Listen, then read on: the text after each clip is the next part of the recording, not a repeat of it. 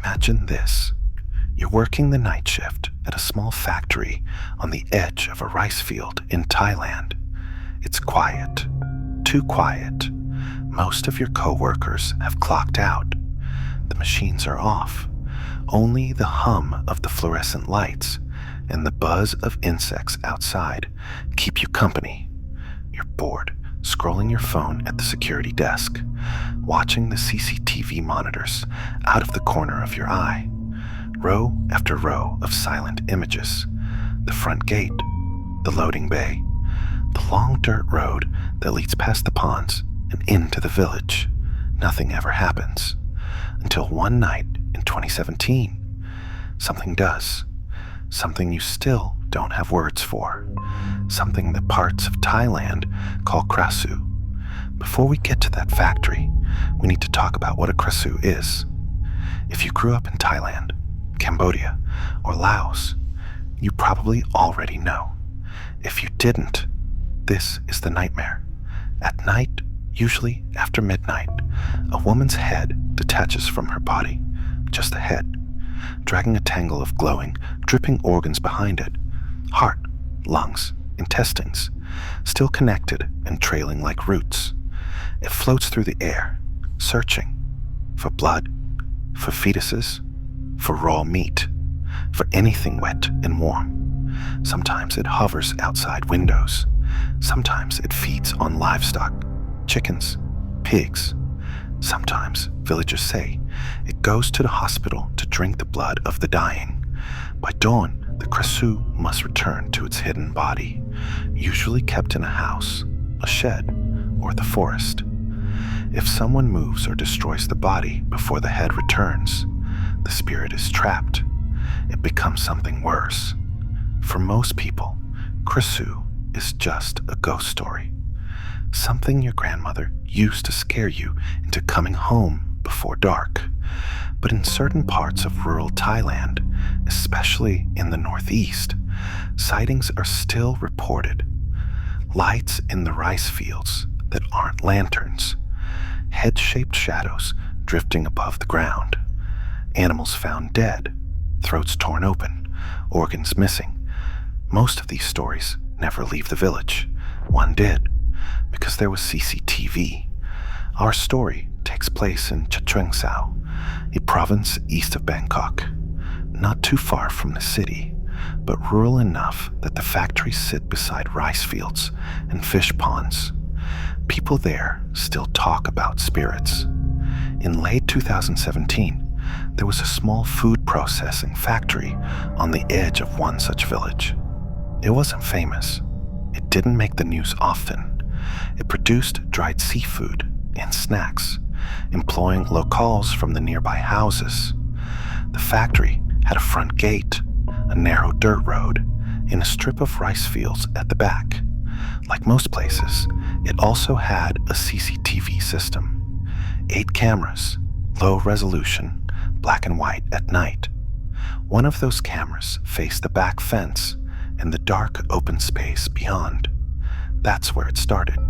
The security guard on duty that night, we'll call him Somchai, had done this shift hundreds of times. He knew the village. He knew the workers. He knew that on most nights, his biggest enemy was sleep. Around 2:15 a.m., the factory was completely quiet. The last truck had left hours earlier. The lights in the processing hall were off. Only the security office and a few dim exterior lamps were still on. Somchai sat in his small room, drinking instant coffee, phone in hand. The CCTV monitors flickered softly in front of him. Nothing, just grainy images of nothing. Then, in the corner of his eye, he saw movement. Camera 7, the one facing the rice field. At first, he thought it was just a moth close to the lens, a white blur. He glanced up properly. The thing on the screen wasn't a moth. It was round, glowing softly, like a floating lantern, and it was moving horizontally, not up or down like an insect. He leaned closer. On the screen, the light drifted from left to right above the dark field, just above the height of a person's shoulders, but there was no body, no legs, only a bright shape. He tapped the monitor, thinking it might be a glitch. The shape kept moving. He switched all the feeds to the large main monitor and rewound a few seconds. There it was again, coming from the direction of the village houses, crossing the edge of the rice field, heading toward the factory fence. Just a glowing, head-sized object with something trailing below it, swaying like fabric or something else. Somchai's first thought wasn't Krasue. It was, someone is flying a drone, except there was no sound, no whir of propellers, and drones don't usually bleed. On the CCTV footage, what little has leaked online, you can see it if you look closely. The shape isn't perfectly round. It's more like an oval, like a head bowed forward, and below it, thin dark lines trail downward, swaying as it moves like chords or organs. The glow is uneven. There's a faint pulsing to it. Somchai stared, heart starting to race. He zoomed the camera in as much as the cheap system would allow. The resolution broke into blocks of gray and white, but the feeling in his chest told him enough. This wasn't a drone. This wasn't a person with a light. Whatever it was floating, and it was getting closer. Somchai did what most of us would do. He grabbed his phone and started recording the monitor. His hands were shaking, so the video is jittery, full of reflections and glare. You can hear his breathing in the audio, a soft, panicked rhythm. On the screen, the glowing shape moves along the fence line. It pauses near a small hut just outside the factory, an old storage shed that the workers sometimes use to rest during the day. Then it rises slightly, as if sniffing the air. In the grainy video, you can just make out something like hair, long and dark, hanging down. Hair, with nothing attached.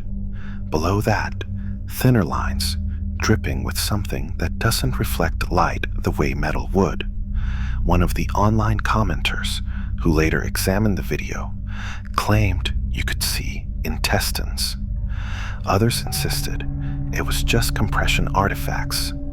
What Somchai remembers is simpler. He remembers feeling like someone was staring directly through the camera, straight into the security room. He remembers the sudden metallic smell that filled the air around him, like old blood. And he remembers that for the first time in 10 years on that job, he seriously considered running. Instead, he called one of the senior workers who lived closest to the factory, a man in his 50s named Uncle Lek. "Come to the gate," he said. "Now."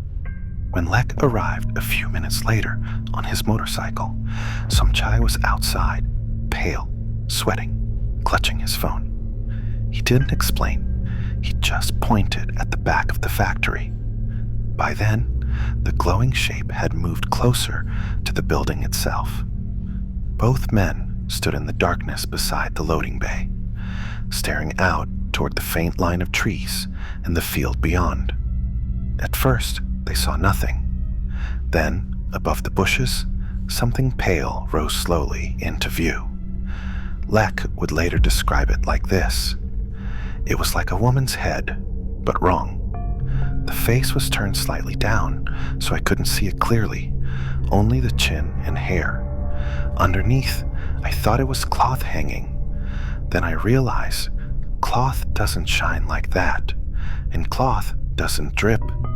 He swore there was no body, just a head, and something like ropes or roots hanging below it, wet and swinging.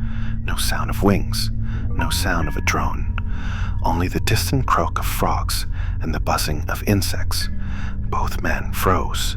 The thing hovered for a few seconds, turning slowly as if scanning the area. Then, just as suddenly, it drifted away. back over the rice field, shrinking into the dark. They watched it until it vanished. Neither of them spoke for a long time. The next morning, word spread in the village. Not that the men had seen something. Villagers are used to something. What made this different was the CCTV. Clips were passed from phone to phone, from line group to line group. Eventually, they leaked onto Thai Facebook pages and YouTube channels that specialize in ghost videos. Some viewers laughed it off as a hoax. They pointed out the low resolution, the reflections, the fact that Somchai had filmed the monitor instead of exporting the footage.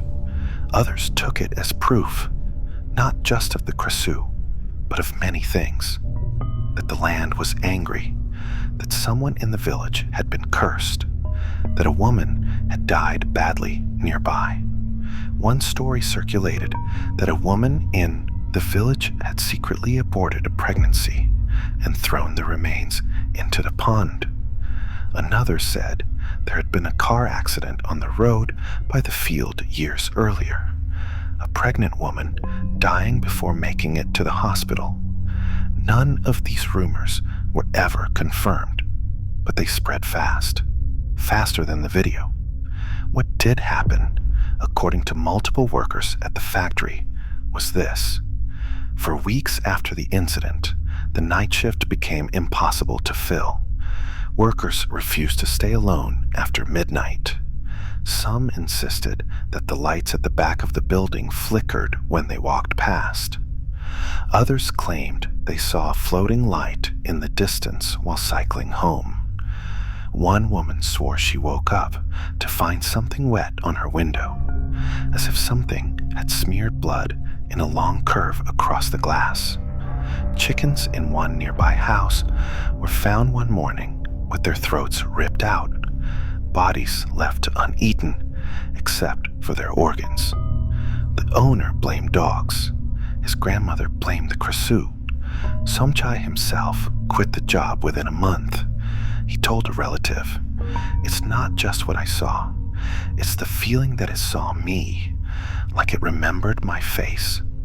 The factory eventually installed brighter floodlights at the back and pointed additional cameras toward the field. There were no more clear sightings, but late-night workers still kept a habit. If they had to walk near the back fence after midnight, they muttered a quick apology to the air. "Sorry if we disturbed you. Just passing through." So, was this a real Krasue, or a mix of low-quality cameras, insects, and fear?